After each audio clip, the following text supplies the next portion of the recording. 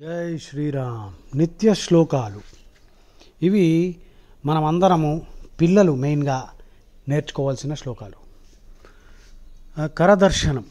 ఉదయం నిద్ర నుండి లేవగానే రెండు అరచేతులు చూస్తూ కరాగ్రే వసతే లక్ష్మీ కరమధ్యే సరస్వతి కరమూలేతు గోవింద ప్రభాతే కరదర్శనం. కరాగ్రే అంటే చివరన్నమాట.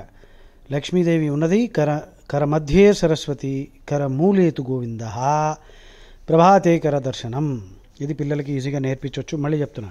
కరాగ్రే వసతే లక్ష్మీ కరమధ్యే సరస్వతి కరమూలేతు గోవింద ప్రభాతే కరదర్శనం.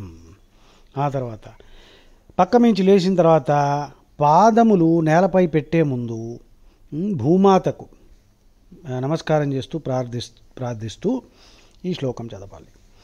సముద్రవసనే దేవి పర్వతస్తనమండలే విష్ణుపత్ని నమస్తుభ్యం పాదస్పర్శం క్షమస్వమే. మళ్ళీ సముద్రవసనే దేవి పర్వతస్తనమండలే విష్ణుపత్ని నమస్తుభ్యం పాదస్పర్శం క్షమస్వమే. తర్వాత స్నానం చేసేటప్పుడు గంగే చ యమునే చైవ గోదావరి సరస్వతి నర్మదే సింధు కావేరీ జలేస్మిన్ సన్నిధిం కురు. మెల్లిమెల్లిగా రోజు చేస్తూ ఉంటే అలవాటైపోతుంది, కంఠస్థ వచ్చేస్తాయి. మళ్ళీ గంగే చ యమునే చైవ గోదావరి సరస్వతి నర్మదే సింధు కావేరీ జలేస్మిన్ సన్నిధిం కురు. నెక్స్ట్ దీపదర్శనం. దీపం జ్యోతి పరబ్రహ్మ దీపం సర్వతమోపహం దీపేన సాధ్యతే సర్వం సంధ్యాదీపం నమోస్తుతే. సంధ్య అంటే సాయంత్రం కాదు, సంధ్య అంటే మార్నింగ్ టైం కూడా. సంధ్యాకాలం ఈజ్ ద ట్వైలైట్ అనమాట. పొద్దున్న కాదు, రాత్రి కాదు, మధ్య దాని ఏరియాని సంధ్య అని అంటారు సంస్కృతంలో. సో మనకి తెలుగులో సంధ్య అంటే సాయంత్రం ఒకటే అని అనుకుంటున్నాం, అలా కాదు. సో దీపం అన్నమాట. పొద్దున్న స్నానం చేసి దీపం వెలిగించేటప్పుడు ఇది చదవాలి. సాయంత్రం కూడా దీపం జ్యోతి పరబ్రహ్మ దీపం సర్వ తమోపహం దీపేన సాధ్యతే సర్వం సంధ్యాదీపం నమోస్తుతే. తర్వాత నిద్రపోయే ముందర పిల్లలకి ఇవన్నీ నేర్పించాలి, బట్టి కొట్టించాలి. రామాస్కంధం హనుమంతం వైనతేయం వృకోదరం శయనే యః స్మరేన్నిత్యం దుస్వప్నం తస్య నశ్యతి. మళ్ళీ రామాస్కందం హనుమంతం వైనతేయం వృకోదరం శయనే యః స్మరేన్నిత్యం దుస్వప్నం తస్య నశ్యతి. గోమాత ప్రార్థన. రోజు ఆవు కనిపించాలి ఇంట్లో. పోని ఒక బొమ్మైనా పెట్టుకోవాలి. వారానికి ఒక రోజన్నా గోమాతకి ఏదైనా పెట్టాలి. అరటిపండు, గడ్డి ఏదో తీసుకొచ్చి పెట్టాలి, పళ్ళు ఫలాలు. సర్వ మంగళ మాంగళ్యే శివే సర్వార్థ సాధికే శరణ్యే త్రయంబకే దేవి గోమాత నమోస్తుతే. సర్వమంగళ మాంగళ్యే శివే సర్వార్థ సాధికే శరణ్యే త్రయంబకే దేవి గోమాత నమోస్తుతే.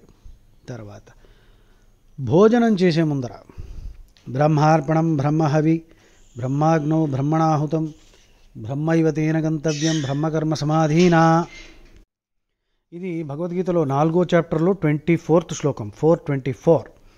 సో భోజనం చేసే ముందు ఖచ్చితంగా ఇది చెప్పాలి. బ్రహ్మార్పణం బ్రహ్మహవి బ్రహ్మాగ్నౌ బ్రహ్మణాహుతం బ్రహ్మైవ తేన గంతవ్యం బ్రహ్మకర్మ సమాధినా. దీని మీనింగ్ కావాలంటే మీరు రీసెర్చ్ చేసుకోండి, గూగుల్లోకి వెళ్ళండి.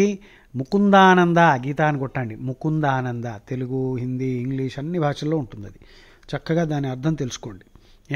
ఈ శ్లోకం చదివిన తర్వాత అంటే భోజనంలో ఏమన్నా తమో గుణాలు ఆసురీ గుణాలు చేసేవాళ్ళు, ఇప్పుడు వంట చేసేవాడు దొంగ వెధవ అనుకో, వాడి బుద్ధులంతా ఆ భోజనం తిన్నాం అనుకో నీకు దొంగ బుద్ధులు బయలుదేరుతాయి. అందుకని ఇంత చాలా పెద్ద ఫిలాసఫీ ఇది. నేను ఈ వీడియోలో అయితే చెప్పలేను ఇప్పుడు. సో ఇది ఖచ్చితంగా బ్రహ్మార్పణం, బ్రహ్మహవి, బ్రహ్మాగ్నౌ, బ్రహ్మణాహుతం, బ్రహ్మ ఇవతేన గంతవ్యం, బ్రహ్మకర్మ సమాధీనాం.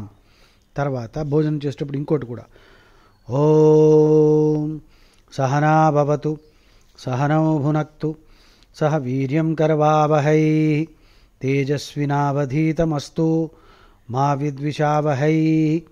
ఓం శాంతి శాంతి శాంతి. ఇది కూడా చదవాలి భోజనం చేసే ముందర, ఈ రెండు చదవాలి.